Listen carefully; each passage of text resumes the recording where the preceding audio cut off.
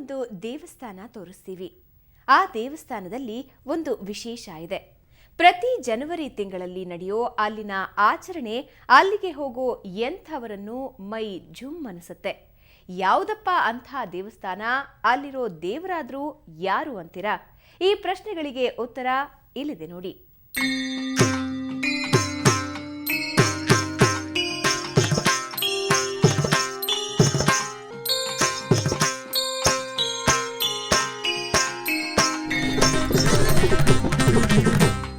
ಇಲ್ಲಿ ಏಕಕಾಲದಲ್ಲಿ ನೂರಾರು ಮಂದಿ ಮೈ ಮೇಲೆ ದೇವರು ಬಂದಂತೆ ಕುಣಿಯುತ್ತಾರೆ.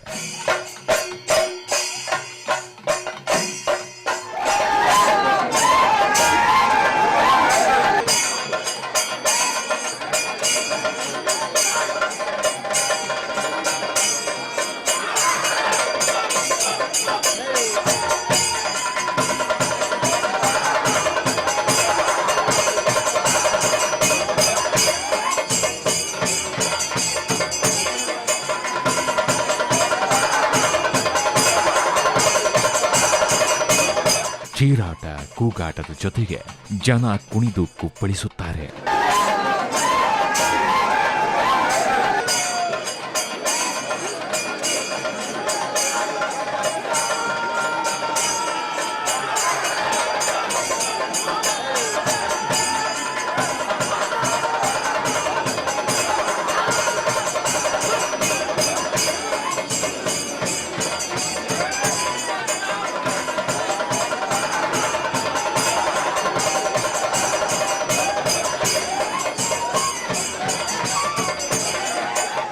ದೇವಾಲಯದ ಆವರಣ ತುಂಬೆಲ್ಲ ಶಿವನ ಜಪವೇ ಕೇಳಿಬರುತ್ತೆ. ಹೌದು, ಈ ದೃಶ್ಯ ಕಂಡುಬಂದದ್ದು ಕೇರಳದ ಬೈತೂರು ಗ್ರಾಮದಲ್ಲಿ. ಓಂ ನಮಃ ಶಿವಾಯ, ಓಂ ನಮಃ ಶಿವಾಯ, ಹರ ಹರ ಭೋಲೆ ನಮಃ ಶಿವಾಯ. ಓಂ ನಮಃ ಶಿವಾಯ, ಓಂ ನಮಃ ಶಿವಾಯ, ಹರ ಹರ ಭೋಲೆ ನಮಃ ಶಿವಾಯ. ಕೊಡಗು ಜಿಲ್ಲೆ ಮತ್ತು ಕೇರಳದ ಕಣ್ಣೂರು ಜಿಲ್ಲೆಯ ಗಡಿಯಲ್ಲಿರುವ ಪ್ರಾಚೀನ ಶಿವಾಲಯ ದೇವಾಲಯ ಬೈತೂರಪ್ಪ ಪೊತ್ತಾಚ. ಇಲ್ಲಿ ಪ್ರತಿ ಜನವರಿಯಲ್ಲಿ ವಿಭಿನ್ನ ಆಚರಣೆ ನಡೆಯುತ್ತದೆ.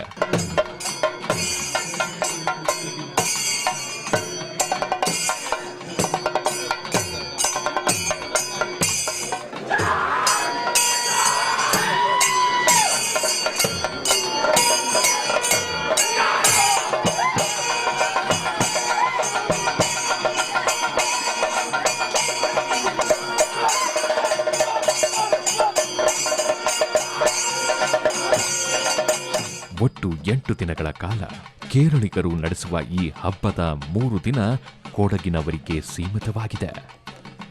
ಬೈತೂರಪ್ಪ ಪೊತ್ತಾಚ ದೇವಾಲಯ ಕೊಡಗಿನ ಕೇರಳ ಮೂಲದ ಎಲ್ಲ ದೇವಾಲಯಗಳಿಗೆ ಮೂಲ ದೇವಾಲಯವಾಗಿರುವುದರಿಂದ ಕೊಡಗಿನಿಂದಲೇ 90% ದೇವಾಲಯದ ಪ್ರಮುಖರು ಇಲ್ಲಿಗೆ ಆಗಮಿಸುತ್ತಾರೆ.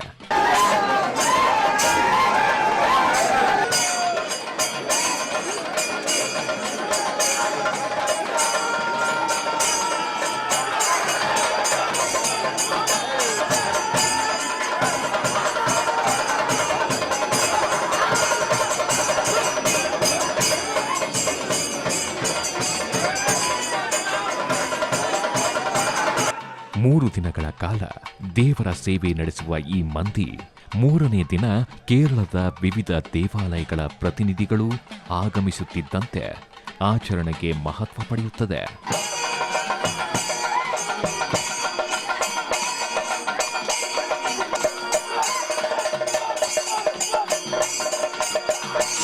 ಮೈ ಮೇಲೆ ಬರುವಂಥ ದೇವರು ನಮ್ಮ ಗುರುಕಾರಣರು ಅಥವಾ ಅಜ್ಜಪ್ಪ ಅಂತ ಹೇಳ್ತೀವಿ, ಅಥವಾ ಬೇರೆ ಚಾಮುಂಡಿ ದೇವಿಗಳು, ಇವರಿಗೆಲ್ಲ ಮೈ ಮೇಲೆ ಯಾವಾಗ ದೇವ ಬರ್ತಾರೋ ಅವರು ಸೀದಾ ತನ್ನ ಅಪ್ಪನನ್ನು ಕರ್ಕೊಂಡು ಅಚ್ಚ ಅಂತ ಹೇಳಿ ಬೈತೂರಿಗೆ ಬರ್ತಾರೆ. ಇಲ್ಲಿ ಬಂದಾಗ ಅವರಿಗೆ ಈ ಬೈತೂರು ತಿರ್ಕೆ ಅಂತ ಹೇಳ್ತೀವಿ ನಾವು, ದೇವಸ್ಥಾನ, ಅದರ ಹತ್ತಿರದಲ್ಲಿ ಒಂದು ನದಿ ಇದೆ. ಆ ನದಿಯಲ್ಲಿ ಅವರು ಸ್ನಾನ ಮಾಡಿದಾಗ ಅವರಿಗೆ ತಂತಾನೇ ದೇವರು ಮೈ ಮೇಲೆ ಬಂದು ಅವರು ತನ್ನ ಅಪ್ಪನನ್ನು ಅಥವಾ ಅಚ್ಚನನ್ನು ಕಾಣಲಿಕ್ಕೆ ಅಂತ ಹೇಳಿ ಬರ್ತಾರೆ. ಅದೇ ಒಂದು ದಿವ್ಯ ದೃಶ್ಯ, ದೇವರ ಒಂದು ಸತ್ಯವನ್ನು ನಾವು ಇಲ್ಲಿ ಕಾಣಲಿಕ್ಕೆ ಸಾಧ್ಯ ಇದೆ. ಇನ್ನು ಕೇರಳದ ವಿವಿಧ ದೇವಾಲಯಗಳಿಂದ ಶಿವ ಶಿವ ಅಂತ ದೇವಸ್ಥಾನದ ಗರ್ಭಗುಡಿ ಬಳಿ ಮೈಮೇಲೆ ದೇವರು ಬರೆಸ್ಕೊಂಡ್ರೆ, ಇತ್ತ ಹೊರಗಡೆ ಕೊಡಗಿನ ಆಯಾ ದೇವಾಲಯಕ್ಕೆ ಸೇರಿದ ಆಯುಧಗಳನ್ನು ಹಿಡಿದುಕೊಂಡು ತಮ್ಮ ಅಬ್ಬರ ಪ್ರದರ್ಶಿಸುತ್ತಾರೆ.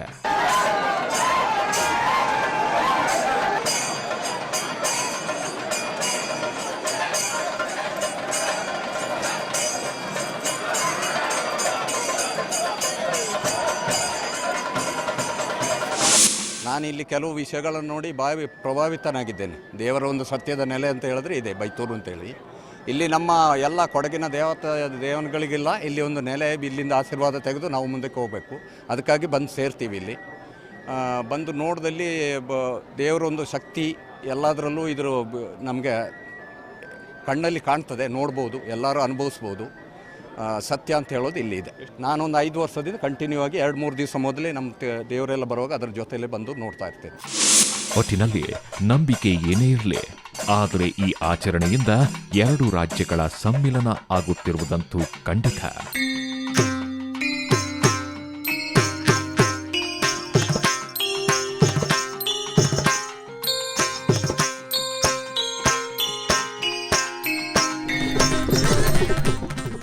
ಕೊಡಗಿನ ದೇವಾಲಯಕ್ಕೂ ಕೇರಳಕ್ಕೂ ಶತಶತಮಾನಗಳಿಂದಲೂ ಸಂಬಂಧ ಇದೆ. ಎಂದಿಗೂ ಇಲ್ಲಿ ಮಲಯಾಳಂನಲ್ಲೇ ದೇವರನ್ನ ಮೈಮೇಲೆ ಬರೆಸಿಕೊಳ್ಳೋ ವ್ಯಕ್ತಿಗಳು ಮಾತನಾಡ್ತಾರೆ. ಆದರೆ ಬೈತೂರಪ್ಪ ವಿಷಯದಲ್ಲಿ ಅಂತಹ ಆಚರಣೆ ಜಾರಿಗೊಳ್ಳೋದಕ್ಕೂ ಒಂದು ಇತಿಹಾಸ ಇದೆ.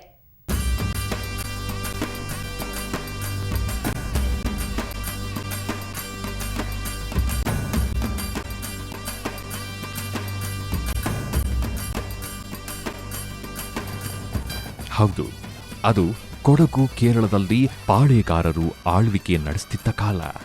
ಹೀಗೆ ಕೇರಳದ ಪಾಳೇಗಾರರು ಅಂದಿನ ಕಾಲದಲ್ಲಿ ಕೊಡಗಿನ ಪ್ರಾಂತ್ಯವಾಗಿದ್ದ ಉಲಿಕಲ್ ಗ್ರಾಮವನ್ನು ಪಾಳೇಗಾರರು ಆಕ್ರಮಿಸಿಕೊಂಡಿರ್ತಾರೆ. ಇವರ ಉಪಟಳದಿಂದ ಬೇಸತ್ತ ವ್ಯಕ್ತಿಯೊಬ್ಬ ತಮ್ಮ ಮೇಲೆ ಆಗುತ್ತಿರುವ ದೌರ್ಜನ್ಯದ ಬಗ್ಗೆ ಸಣ್ಣದಾಗಿ ಪಾಳೇಗಾರಿಕೆ ನಡೆಸುತ್ತಿದ್ದ ಕೊಡಗಿನ ಪುಗ್ಗೇರ ಮನೆತನಕ್ಕೆ ಹೇಳುತ್ತಾನೆ.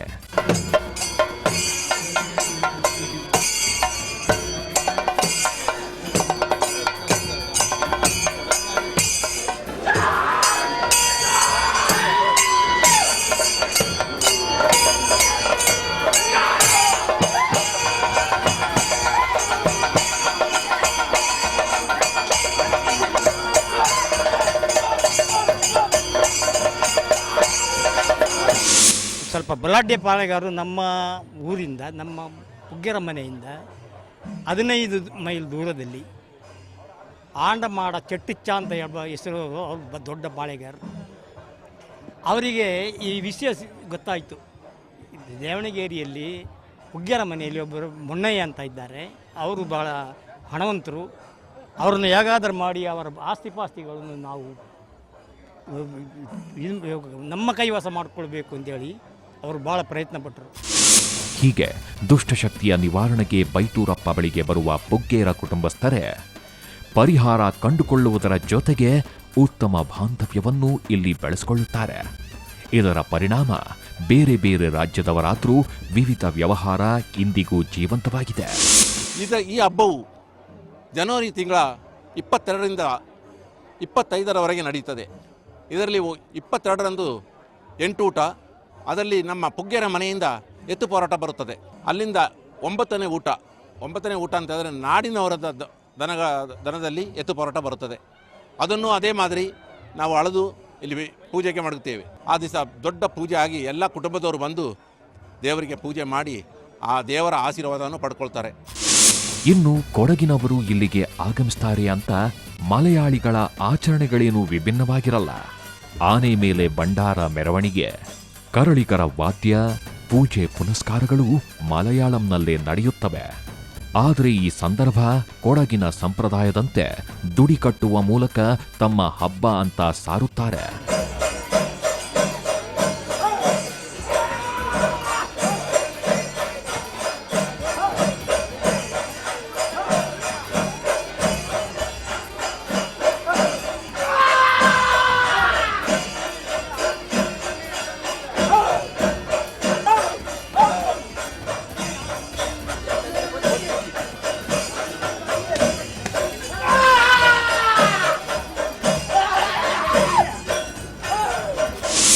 365 ദിവസം എല്ലാ കാലത്തും പൂജകളും നിവേദ്യങ്ങളൊക്കെ ഉണ്ടെങ്കിലും വിശേഷമായിട്ട് നടക്കുന്നത് മകരമാസം 1-ാം തീയതി മുതൽ 12 ദിവസമാണ്. അതായത് ജനുവരി 13 മുതൽ 26 ദിവസം വരെ.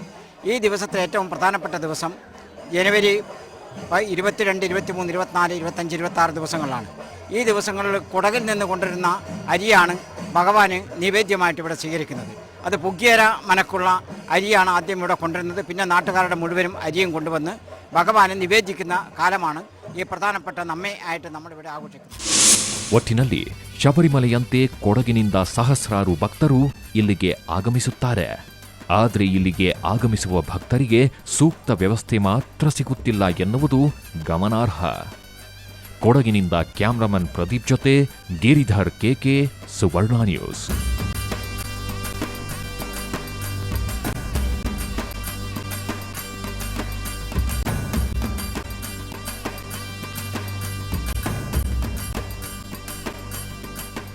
ಆಚರಣೆಗಳು ಏನೇ ಇರಲಿ, ಉಭಯ ರಾಜ್ಯಗಳ ಸಮ್ಮಿಲನಕ್ಕೆ ಒಂದು ವೇದಿಕೆಯಾಗಿದೆ ಬೈತೂರಪ್ಪ ದೇವಾಲಯ.